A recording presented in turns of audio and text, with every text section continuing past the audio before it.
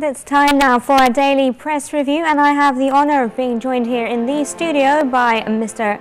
Mohsen Badawi, a journalist. A very good morning to you, sir. Good morning.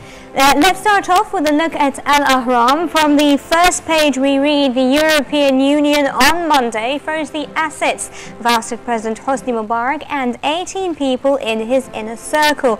The sanctions against resources owned by people identified as responsible for the misappropriation of Egyptian state funds were signed off by foreign ministers meeting in Brussels. Al-Maghrabi, Al-Fi'i, Ghabour and the Sheikh are all referred to the criminal court. Your take on that, sir? Yeah, this was mentioned last week and it was due on the meeting on Monday, yesterday. The European Union, it was expected to be sanctioned. Of course, when there is corruption, this is the only normal course to deal with it. But we didn't yet know the amounts and the names, who has what. The only thing that we knew about is the dozens of millions that President Mubarak has in Switzerland, which shows corruption, of course.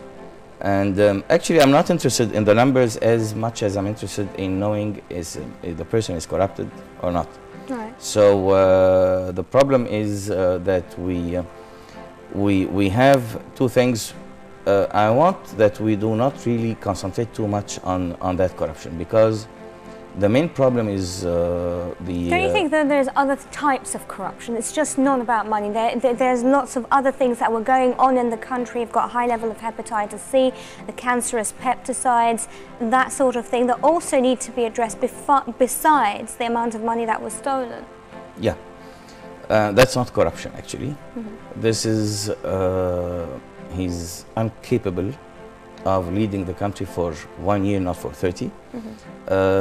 I was in the opposition all my life, and I never talked about his corruption, financial corruption. And actually, I'm shocked when I heard about that. My opposition was addressed totally to the incapable president, that he cannot really do that. And especially in the last 5 years, we have seen an increase, an incredible increase in the amount of people committing suicide. Right. And this is... That's not really talked about in the media very much, is it? It was on the media, but not as a result. Right. Not as addressing where the problem is. We're just talking about, is it halal or haram? Is it... we did not really address that from the point why this is happening. And it was something terrible happening. People committing suicide for economical reasons. And also people who are going on boats are almost committing suicide to go to find a job in Europe. So this is another type of the outcome of the incapable regime. The second thing here is Al-Maghrabi and Al-Fi'i and Ghabour, Al-Sheikh also are referred to the criminal court. This is the beginning of putting people accountable. I'm not so sure of the allegations, actually, but the outcome of what they did was so obvious in Egypt. And when we see that, why we didn't have the 25th of January much earlier? Well, at least we did get it, so that's always good news. Still with the first page of Al Ahram, from it we read, the political powers demand that presidential elections be held first. Al-Gamal says that a constitutional declaration will be announced soon. The church hails the Muslim Brotherhood's initiative for dialogue with Coptic youth. How do you see that playing out? And is it feasible that we first have presidential elections and then everything else? This is the three-way news. First, the church hails the Muslim Brotherhood initiative for dialogue with Coptic youth. This is totally unacceptable. Talking about politics, this is civil. This is civil talk. It has nothing to do with religion. Neither Muslim Brotherhood are talking about Islam. Islam is like Azhar, is like, this is where you talk about religion. Church is talking about religion. This should not be addressed as a political issue. And now both are addressing as a political issue, and this has to be refused. Because if we go that way, we will have a split in this country. Like everywhere that addressed everything from a religious point of view. If we want this country to be destroyed, we do that. Right. We have to stop this. The other thing is what Dr. Yahya Al-Gamal said about the Constitution Declaration will be announced soon. This is the biggest joke I've ever witnessed in my life.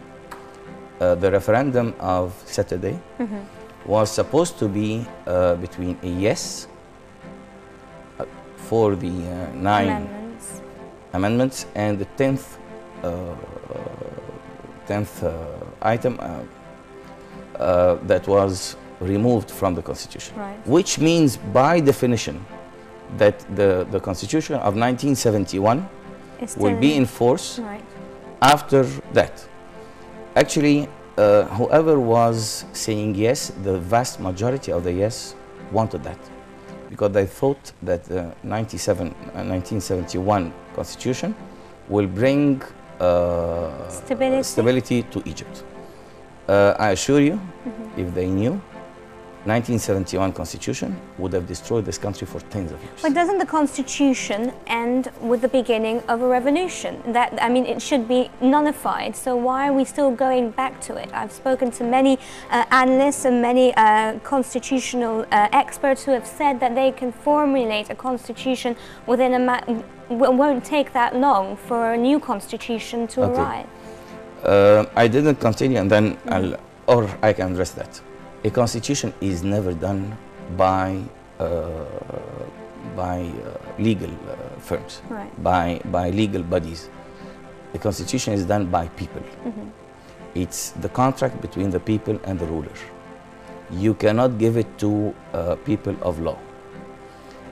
It can never take a month. It will take at least a year, because it has to have a public debate to discuss it. The point is not how long. What I wanted to continue first, if we return the 1971 Constitution, it would mean exactly that the head of the Constitutional Court would be the president, and within 60 days he has to hold the elections for the president, and you cannot hold the president cannot be sworn in unless if there is a parliament. So he has to hold within those 60 days the parliamentary elections and the presidential election. And remember, we don't have really a strong force in the police now. If we do that, this country will have a civil war within the 2nd month, and what so-called stability in Egypt will be ended for tens of years. So whoever was voting yes didn't know that he is voting for the destruction of Egypt. Why do you think they didn't know? Who do you think is responsible for the lack of knowledge, from your point of view, that occurred in the society? Because you've got an overwhelming, it's a resounding, it's 77.2% who said yes, and it's a very slim margin of people who said no. Why do you think that happened? Because first, remember, the revolution is not done by 100% of the people. During the revolution, the 77 and more were against the revolution because of they wanted stability. Not against the revolution itself. They were with it in the beginning, but in few days they felt afraid, so they asked to seize that. Those are the same people who went and did not understand. Why they did not understand is very simple, because everybody is crazy today. So nobody is listening to each other. So that's very simple. Nobody is calm down, go back and think. Right. So we don't have that very much. Now the good thing that the Supreme Council understood the problem. Right. So yes equals no. On both sides will have a declaration. So there is no real difference between yes and no, and this is good. It's a fact that we had a referendum because yes equals no. But anyway, I hope we understand, we learn from our feelings that were not really reasonable, that we have to think more about what's going on, so we get to that. Okay, let's move on. Still with Al-Ahram, we've got, and from the first page we read, Field Marshal Tantawi and Central Bank Governor discuss banks and reviving the Egyptian market. How do you think that it's going to play out? A lot of people are very concerned about the economy and the status of the economy following the revolution. Okay, we are concentrating too much on the capital markets. This is not the economy. This is totally not the economy. The capital market is where you sell your ownership of a company. But the company itself is not the capital market. Mm-hmm. The capital market's importance is where you put your money, where you invest your whatever amount you want to invest. But it has only one impact on the companies. It's when they go to finance the company. Mm-hmm. And it's part of the financing assessment. So now we have an increase in talking about the capital market will lose money. It's fact, and it will have recorrection because we had a corrupted capital market. Right. Part of that was when you invest in Al-Azz steel, you invest in partially the company itself and partially in the corruption related to that company. Mm-hmm. So the prices of Al-Azz steel is included corruption. Al-Azz steel is still there, owned by Ahmad Azz, owned by whoever. The company is still there. Mm-hmm. It doesn't have the same capacity because of the owner was part of the regime and using that regime for his own benefit, but it will be still part of the business of steel in Egypt. Right. So we should not really be worried, and we should not really concentrate too much on the capital market when we're talking about the economy. Okay. The economy needs boost as business, mm-hmm. as purchasing power, as rolling but not only the capital market. Okay, well, finally, our final item from Al-Ahram, we're going to be looking at the Minister of Petroleum. He says that the local market has the priority. He also said that a mechanism would be applied to reconsider the prices of exporting Egyptian natural gas in line with global market prices. How do you see the statement? We've heard it a lot in the past couple of days. Okay, first, reviewing the prices, this was demanded, and it was for political reasons and corruption sometimes. Those were the prices for that. But the other part is that Egypt market has the priority. It was having the priority, but only in natural gas that there was some talks that you do not export natural gas unless, but I understand we have enough natural gas. We do not just use it that much. We did not yet reach everywhere in Egypt, but I don't think that exports and the local market has a problem here.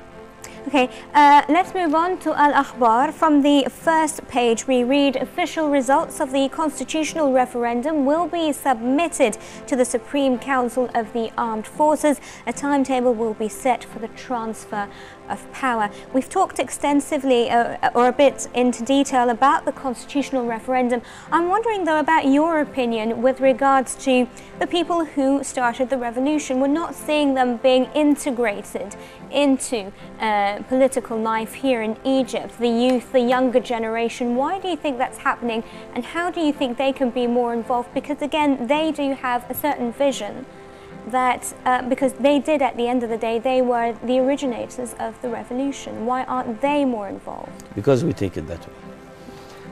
The revolution was not a coup d'etat.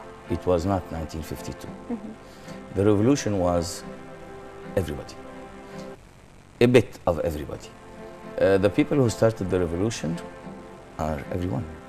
98% of the people who went on the 25th were not active before the 25th. Mm-hmm.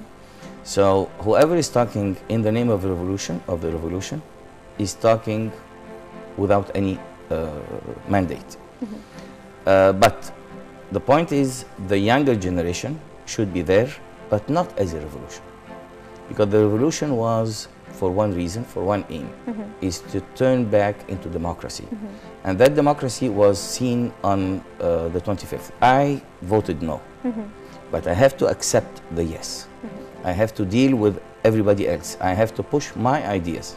And this has to be done through political parties, not through talking about the revolution. The revolution is for freedom, for democracy, nothing else. It should not be for specific demands. Demands should be through political parties and not the old political parties. Well, do you think we have enough political parties, and do you think they're strong enough in face of... That's exactly what I was saying immediately now. Not the old political parties. The old political parties, not NDP. Every political party was part of that old regime. Now we need really political parties that really express the diversification of Egypt. And this is what will happen in the future. We will have political parties, liberal, leftists, everything, that shows the real power of every program and every philosophy. Are you for the dissolution of the NDP? Excuse me? Are you for the dissolution of the NDP? It is dissolved. It is already dissolved. Not really. If anybody really thinks there was no NDP, it was the government. If the government is not there, it's finished. I'll tell you, 2 million members in the NDP, 1.9 million didn't know really they are members. Okay, so it's totally different than El Ba'ath. El Ba'ath was a party that all its members are active, are gaining from that. NDP is not the same. We have to see it as it is. We are afraid of something that does not exist. There are maybe 50, 100 names in the NDP that are blamed and will be blamed for what was going on. I could believe they are moving in a wrong manner to distract Egypt. They should be, I don't know why they are not under custody. I believe maybe the police, the Supreme Council of the Armed Forces does not want to put any dirt on their hands, so they don't want to do anything like that. We need that the government with the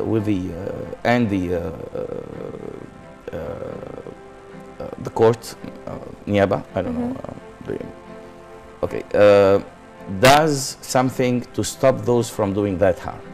But actually, I'm not really, because the 900 that went into the elections last time were not really NDP. They were government people. Right. So the government is not the NDP, so they're not with it. Well, also from Al-Akhbar, we're reading about a group of Libyans angry at the international intervention in their homeland blocked the path of UN Secretary General Ban Ki-moon following his meeting at the Arab League on Monday.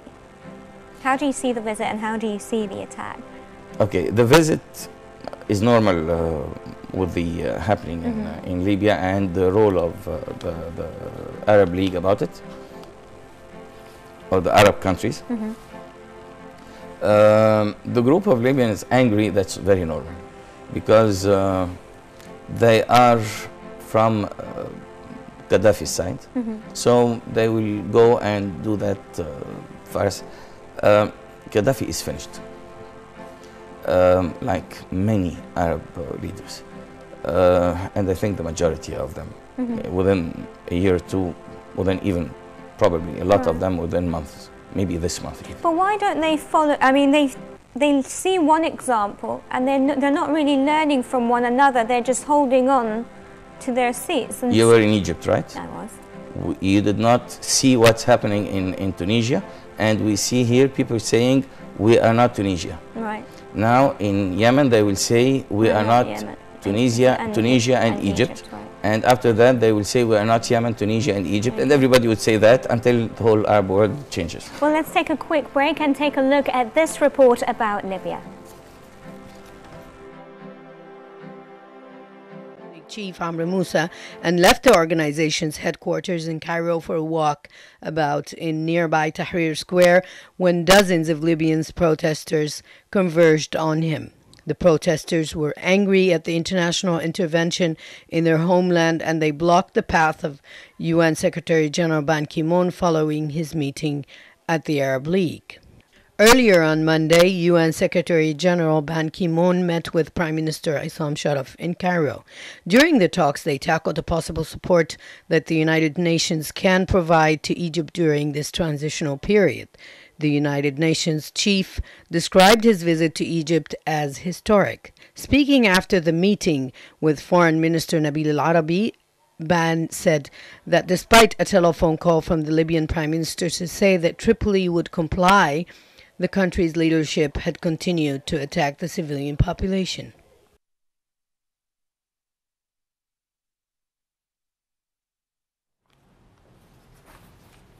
And we're back here in the studio with Mr. Mohsen Badawi to further discuss the daily news today. And we're moving on to Al-Gumhuriyya newspaper. From it we read, Prime Minister Issam Sharaf meets with Kerry to discuss supporting the Egyptian economy. Yeah, of course the Egyptian economy is part of the biggest challenges. It could be the biggest challenge with any government coming in the coming future. It's always the biggest challenge for anybody, because all should work for the economy, because this is the welfare of the community.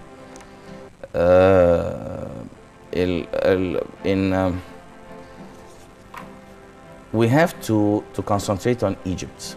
This is good. We could use the help of anybody, but we have to boost our economy ourselves. We have to work on it. We have to remove the obstacles that they were there before January 25th for the benefit of a specific group. Either that group is corruption in the government itself, and even the minor corruption, not only the huge corruption, the billions corruption. So we have to concentrate on how to boost the Egyptian economy from within, not just to be happy that somebody is helping, because they are helping if we help ourselves. Whatever they can make is nothing. We are bound to help ourselves, and we have the capability of really growing if we do the right things. Okay, there's a topic here in still with Al-Gumhuriyya, and it talks about a certain media personality being banned because of an interview with Aboud al-Zumur. Do you think that this manifestation or talking too much about and with Aboud al-Zumur, is that really acceptable by the media? By the way, Aboud al-Zumur was normally, you are in the media. He is news. So any media person would go after him to talk to him. But he has only one story. He could say 25% in the first program, whatever, and then it will finish after 4 or 5 programs. He has nothing else. Right. But he is news. He was part, and he took it very minimal. A lot of people are seeing it, though, the public is seeing it as a glorification of that personality. I don't know why they take it that way. He was part of an assassination. He was part of a crime. He took his punishment for 20 years. He should not have stayed one more day. He stayed 10 years more than that. And he did not really actually kill the president. The people who killed the president got the capital punishment. Actually, I don't know why we're making him too much as a hero or whatever. He's just somebody who had actually a minimal role in that, and he got the maximum punishment, the maximum sentence, 20 years for what he did, and he stayed actually 30. So let's move on to Al-Shuruq. From that we read, Foreign Minister Nabil al-Arabi says that a new phase of the Egyptian foreign policy will be witnessed. What do you think he means by that? I cannot say what he means by that, but I think we had a policy that revolves around the president and his heir, not about Egypt. I think my reading is that we will start having a new policy that We had the Nile problem, the Nile crisis, and this is a very important issue we should address. We have our economical cooperation with the whole world and trade with the whole world. This should be addressed as a foreign ministry. We have to work on the Egyptian people, on the benefit of the Egyptian people, not the benefit of the regime. And I think the former president, the former minister of foreign affairs, was so involved with the Western world to support the regime and the heir to jump. Right, okay. And our final item takes us to Al-Ahrar. From that we read on the front page, the army arrests Zakaria Azmi and keeps him in its custody. Cato says that former President Hosni Mubarak requested from the army to fight protesters, but the Supreme Council of the Armed Forces refused. Okay, Zakaria Azmi, I heard that news maybe 2 weeks ago. Definitely, he is loyal to his ex-president. He stayed with him almost the whole period, but not in his same capacity. There are stories of how they did that, but anyway, they did it. And this has to be done, but we have to make it clear here between two things. There is the presidential palace that will be held by a president coming within whatever month, whatever. And Zakaria Azmi himself, he was having his job as it is in the presidential palace, but he worked somehow to the benefit of the ex-president. And this was not supposed to be done. He works for Egypt, for the president, whoever holds that capacity. So that's why I believe they arrested him. The other story, also we heard about it many times, and I do believe that Mubarak wanted that, and I'm sure that the armed forces wouldn't do that, because every officer in those around Tahrir had a brother inside, so definitely they wouldn't. And they are part of Egypt. It's not an elite force, it's within us. They would never do that. Everybody in Egypt, I'll tell you, before January 25th, 84 million did not want the president, but they didn't move. Okay, so part of that are the army.